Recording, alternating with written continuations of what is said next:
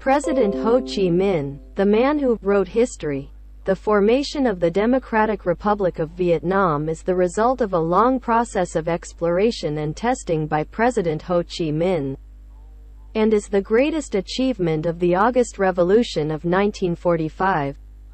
Chairman of the Communist Party American Gus Hall assessed, Comrade Ho Chi Minh was a necessary person who appeared at the right time, at the right historical demand, with the right thoughts and opinions. That's why you made history. President Ho Chi Minh did not agree with the ideology of contemporary scholars like Phan Boi Chau. So he left to find a way to save the country by going to Western countries. The first person to find the right, scientific, and revolutionary path to save the country. Meeting the needs of national history, pleasing the people, and matching the trend of the new era opened by the victory of the revolution. October of Russia 1917. Next. Holding high the flag of independence, freedom and socialism, he and the Communist Party of Vietnam led by him led our people to victory in the August General Uprising, 1945. Created a great turning point in the nation's history. From the direct results of the August Revolution of 1945, on September 2, 1945, at the historic Ba Dinh Square, Ho Chi Minh as chairman of the Provisional Government of the New Vietnam, on behalf of the nation and the people read the Declaration of Independence solemnly announcing the official birth of a new government, the People's Democratic Government. A new state, a free and independent state, a new institution, Democratic Republic. Unlike the feudal and colonial state forms that once existed in Vietnam, the Democratic Republic of Vietnam is a state of the people, by the people and for the people. President Ho Chi Minh emphasized the nature of government of the people, by the people, for the people. He used the words government is a servant of the people, to describe that government work must aim at a single purpose, seek freedom and happiness for everyone. From the head of the government, President Ho Chi Minh, to the members of the government and all ministries and branches, must always put the people's interests above all else. Do whatever is beneficial to the people. Anything that is harmful to the people must be avoided. These requests of President Ho Chi Minh stem from his understanding of the historic mission of the new government. The revolutionary government of taking care of freedom and happiness for the majority of people. As the motto, independence, freedom, happiness, written under the national name of Vietnam since the birth of the Democratic Republic of Vietnam, independence, freedom, happiness is an aspiration, a goal to strive for. The people's government is a collection of the people, by the people, for the people, so the government must know how to work for that aspirational goal. Putting people's interests above all else, working hard, setting an example of integrity, exemplary solidarity, discipline, strict self-discipline, is a requirement, a duty, and an important thing. Responsibilities, functions, and also the noble ethics of government officials, those who are elected and appointed by the people to the government. Putting people's interests above all else. At the first meeting of the Government Council on September 3, 1945, President Ho Chi Minh raised the urgent tasks of the Vietnamese state. Democratic Republic. Those are 6 urgent tasks, in line with the immediate needs of the country.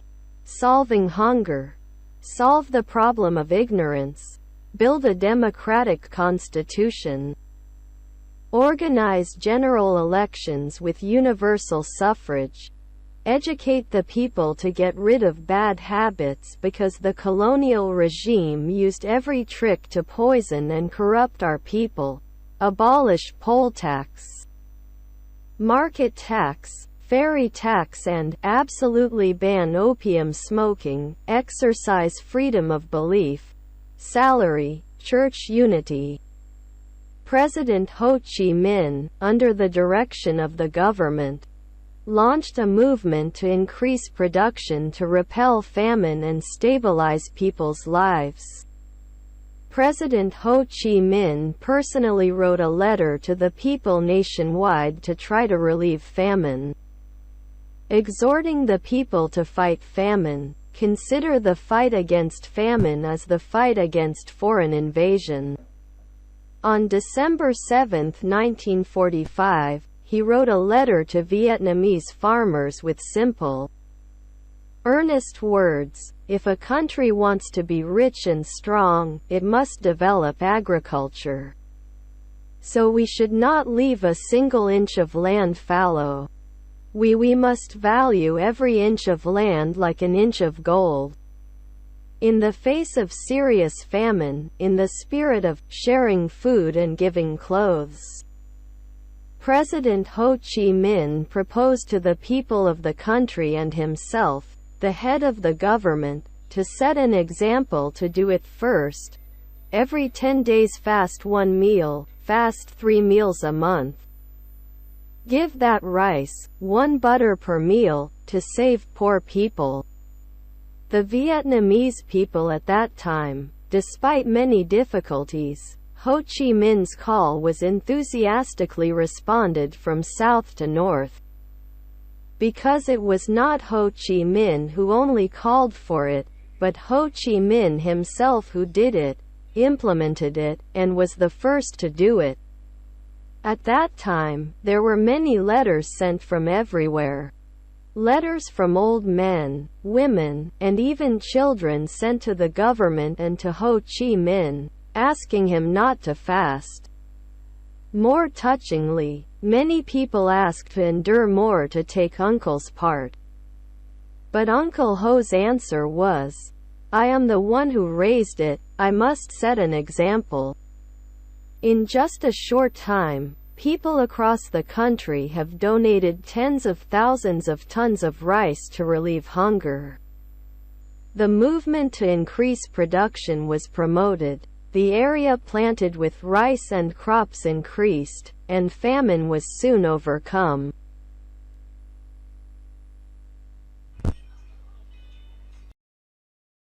Considering all national forces as resources of the revolution, right in the first years of the new government, the Provisional Government of the Democratic Republic of Vietnam and President Ho Chi Minh saw the role of gender industry and trade in the cause of national construction. On September 17, 1945, in a letter to people nationwide on the occasion of Golden Week, President Ho Chi Minh called to consolidate that freedom and independence. We need the sacrifices and efforts of compatriots across the country, but we also really need the help of the people, especially the rich. At 10 a.m. on September 18, 1945, at the Northern Palace, President Ho Chi Minh received about 30 famous bourgeois in Hanoi. During the meeting, President Ho Chi Minh highly appreciated the role of industry and commerce in the cause of rebuilding the country after nearly 80 years of French colonial rule. The analyst succinctly and thoroughly understood the relationship between rich people and strong countries and encouraged those with great assets in Hanoi should make the Golden Week in the capital Hanoi fruitful to let the world know that Vietnamese people are united in helping the country. The event of President Ho Chi Minh meeting the industry and trade community once again demonstrated the consistent and thorough spirit of him and the government. Establishing a government with many components, including many representatives of all parties. Unions are becoming more and more democratic, uniting all classes of people to form a revolutionary force. Next, on October 13, 1945, President Ho Chi Minh sent a letter to Vietnam's Industry and Trade Association, welcoming the industry and commerce community for uniting to form the Industry and Trade Union to save the nation and joining the Viet Minh Front, bringing capital to work. benefit the country and benefit the people. He pointed out, while other sectors of the nation work hard to gain the country's complete independence, the industry, commerce sector must work to build a stable and sustainable economy and finance prosperity. The people's government and I will wholeheartedly help the industry and commerce community in this construction work. It is thanks to the correct views and policies, affection and sincere cooperation of the party, the government and President Ho Chi Minh that the team of Vietnamese industrialists and traders has demonstrated their patriotism through specific actions. Through Golden Week, when it donated 370 kilograms of gold to the government, contributed 20 million Vietnamese dongs to the Independence Fund, 40 million Vietnamese dongs to the National Defense Fund. Along with eliminating hunger, the campaign to eliminate ignorance was also launched. On September 8, 1945, President Ho Chi Minh signed 3 important decrees on education. Decree No. 17 establishing a popular education throughout Vietnam. Decree No. 19 established popular evening classes for farmers and workers. Decree No. 20 stipulates that learning the national language is now mandatory and free of charge. Fulfilling President Ho Chi Minh's call, those who are literate should teach those who are not literate. If the wife does not know, the husband will tell her. If the child does not know, the brother will say. If the parents do not know, the child will. If people eat or work, they don't know. So the landlord says, a movement to eliminate illiteracy has increased throughout the country.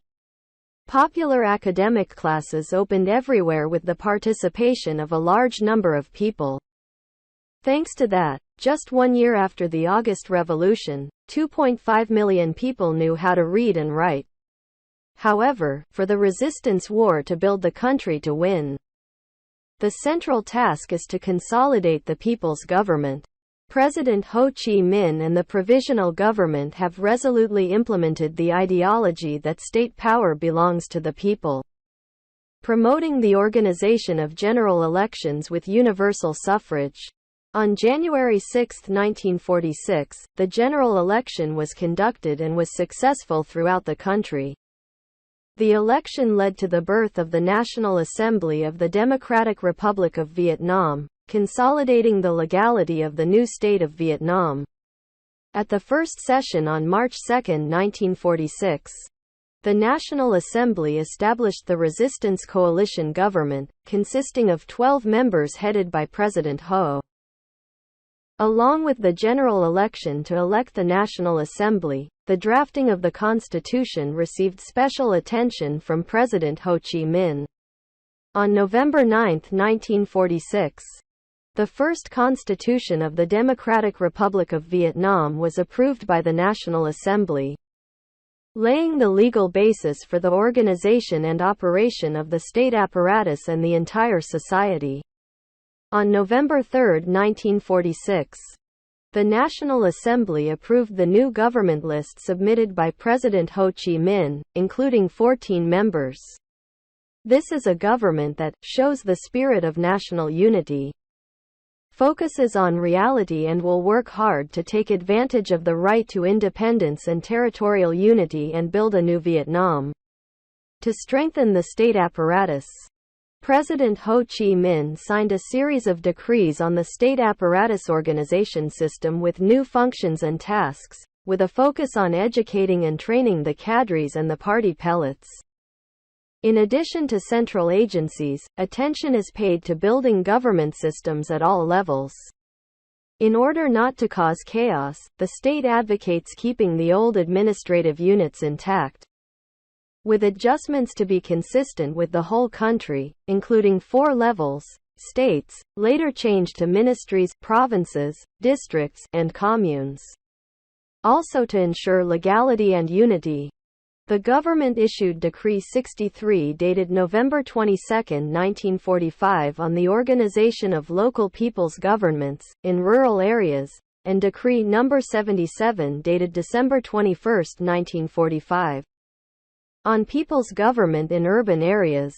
According to Decree Number 63, the local people's government consists of two agencies, the People's Council and the Administrative Committee.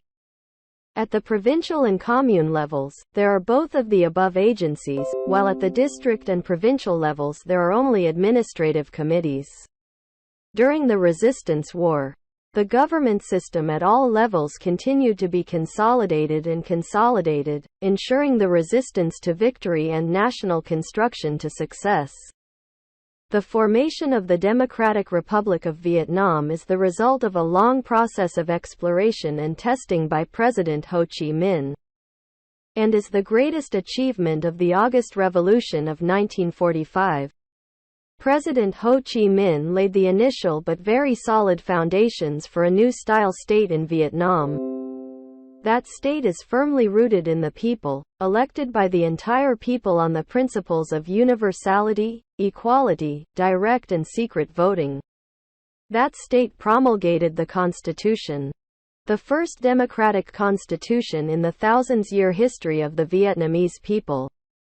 That government's cadres were built on a very revolutionary perspective and followed the great ideas of President Ho Chi Minh. That government is of the people, by the people and for the people.